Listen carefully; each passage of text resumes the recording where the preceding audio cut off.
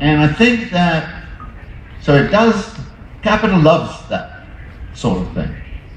Now, I always thought that capital was supposed to be about risky investments, and if you lost, you lost.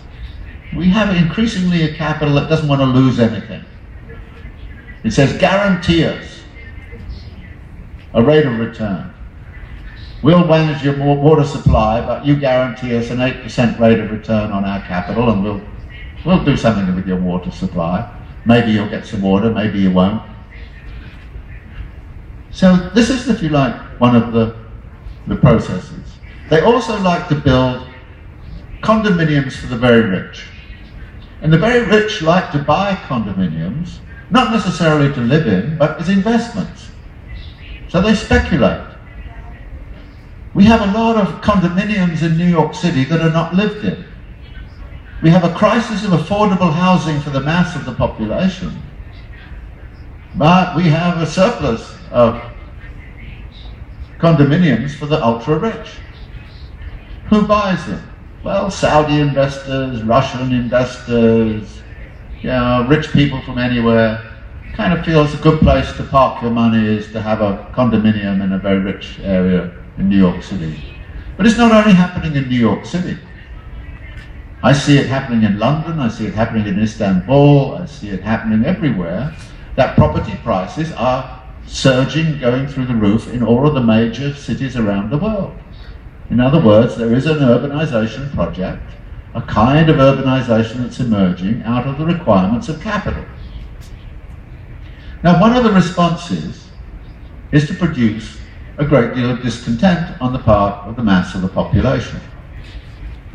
That discontent, of course, is driven by the fact that most of the population now cannot afford to live in the cities where they dwell.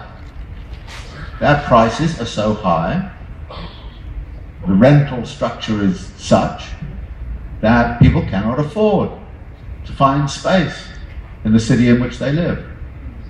In New York City, for example, the top 1% incomes, according to the income tax returns of 2012, in that year, the top 1% on average earned $3.57 million a year.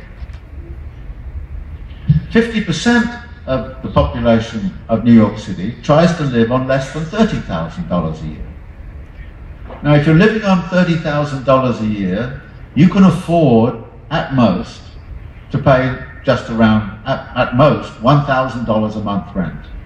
Try finding any accommodation within the whole New York metropolitan region for less than $1,000 a month. You won't find it anywhere.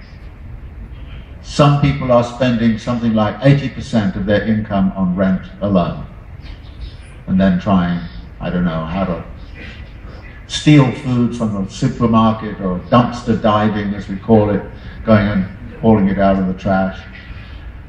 And this in one of the wealthiest countries in the world. The result is there's a profound alienation with the qualities of urban life. And the result is, I think, a pattern of urban unrest emerging. Sometimes localized, of the sort we were looking at yesterday, but sometimes it erupts into something much bigger. I mean, what were the protests in Brazil about last year? Well, they were about many things. Transport costs, spending all this money on mega projects, and so on. But underneath it there lay a profound discontent with the qualities of urban life, qualities of daily living in the city. That the city does not function effectively for the mass of the population. And how do you make it function effectively when capital insists on doing this, doing this, doing this? When capital controls so much political power, when capital controls so much of the media, how do you do this? And we see the same thing happened in Turkey around the same time that you had your explosion. A simple, small protest about cutting down some trees in Gezi Park to make way for a supermarket. Suddenly the police get involved, suddenly everybody's on the street, suddenly thousands of people are all disrupting the city, And it's not only Istambul, it's also in Ankara, Izmir, all of the other urban system. In other words, there's a generalized protest throughout the urban system about lack of democracy, about lack of consultation, about lack of building a city which is effective for the population, as opposed to being effective for the profiteering of finance capital and the developers. And we know that's the situation. And we find that will be the same situation in New York City, the same situation in London, the same situation in Santiago, in Chile. I do some work in Quito now, it's the same situation in Quito. With a lot of those buildings which the capitalists love to build actually empty of people. It's a good exercise in New York City to go around and see how many of these very tall buildings, very affluent buildings, have lights on at 8 o'clock at night. And actually you can find buildings where there's no lights on at all. All the units are sold, nobody's living in any of them, they're all simply bought for speculative purposes. Now what kind of crazy, insane situation is this?